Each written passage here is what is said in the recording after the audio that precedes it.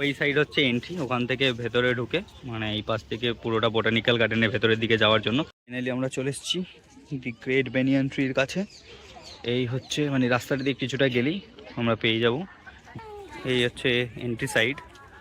আর এইদিকে একটা দারুণ জিনিস আছে, সেটা হচ্ছে এরকম একটা গেট টাইপের।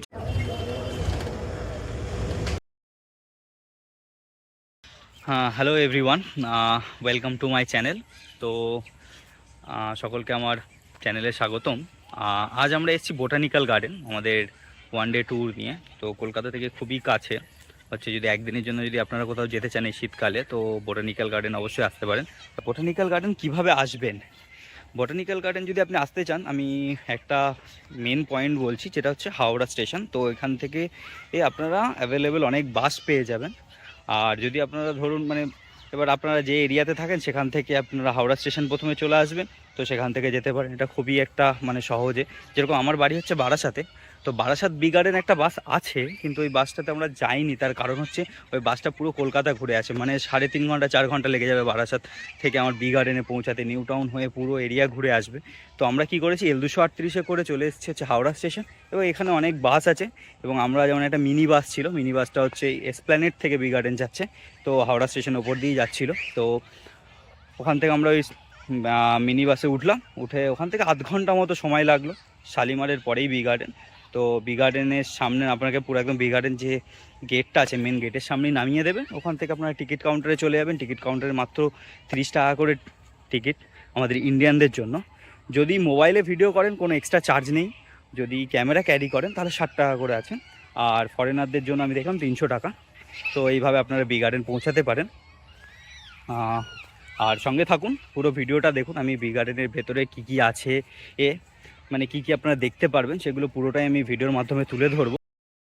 ওই সাইড হচ্ছে এন্ট্রি, ওখান থেকে ভেতরে ঢুকে মানে এই পাশ থেকে পুরোটা বোটানিক্যাল গার্ডেনের ভেতরের দিকে যাওয়ার জন্য।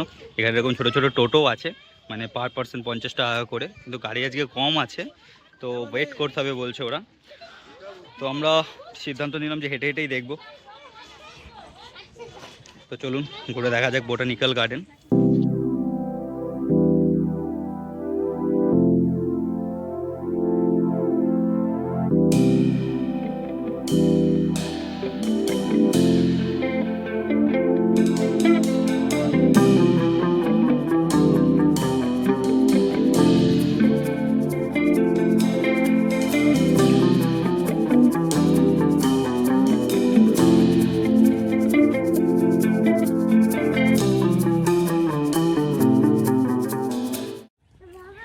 এই হচ্ছে এন্ট্রি সাইড।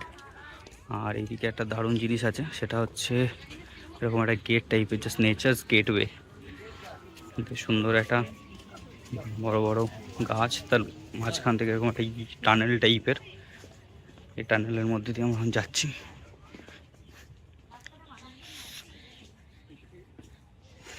সামনে আবার বোটিং করারও জায়গা আছে, এখানে দেখছি অনেকেই বোটিং করছে, মানে খুব সুন্দর।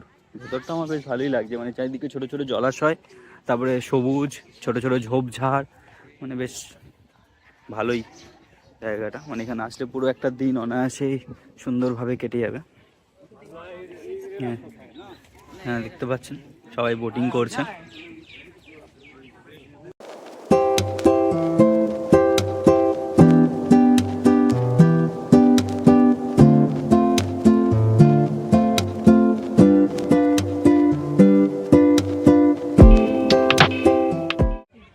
ফাইনালি আমরা চলে এসেছি দি গ্রেট ব্যানিয়ান ট্রির সামনে। এই সামনে যেটা দেখা যাচ্ছে এটাই হচ্ছে দি গ্রেট ব্যানিয়ান ট্রি। দারুণ, কত বড়, মানে এই পাশ থেকে শুরু হয়েছে, এ পাশে পুরো গেছে। ভেতরটা চলুন দেখা যায়, ভেতরটা আবার গেটও বন্ধ আছে, জানি না ঢুকতে দেবে কিনা। বিশাল বটবৃক্ষ, সব ডেসক্রিপশন এখানে বাংলাতে লেখা আছে, এখানে হিন্দিতে লেখা আছে, আর এখানে ইংলিশে লেখা আছে। আর এই হচ্ছে বিশাল বটবৃক্ষ, তার ঝুড়ি, মানে পুরো এই এলাকাটা জুড়ে শুধু তার ঝুড়িই আছে। মানে মেন যে গাছটা অনেক ভিতরে, এই পাশ থেকে মানে আরও দেখা যাচ্ছে পুরোটা।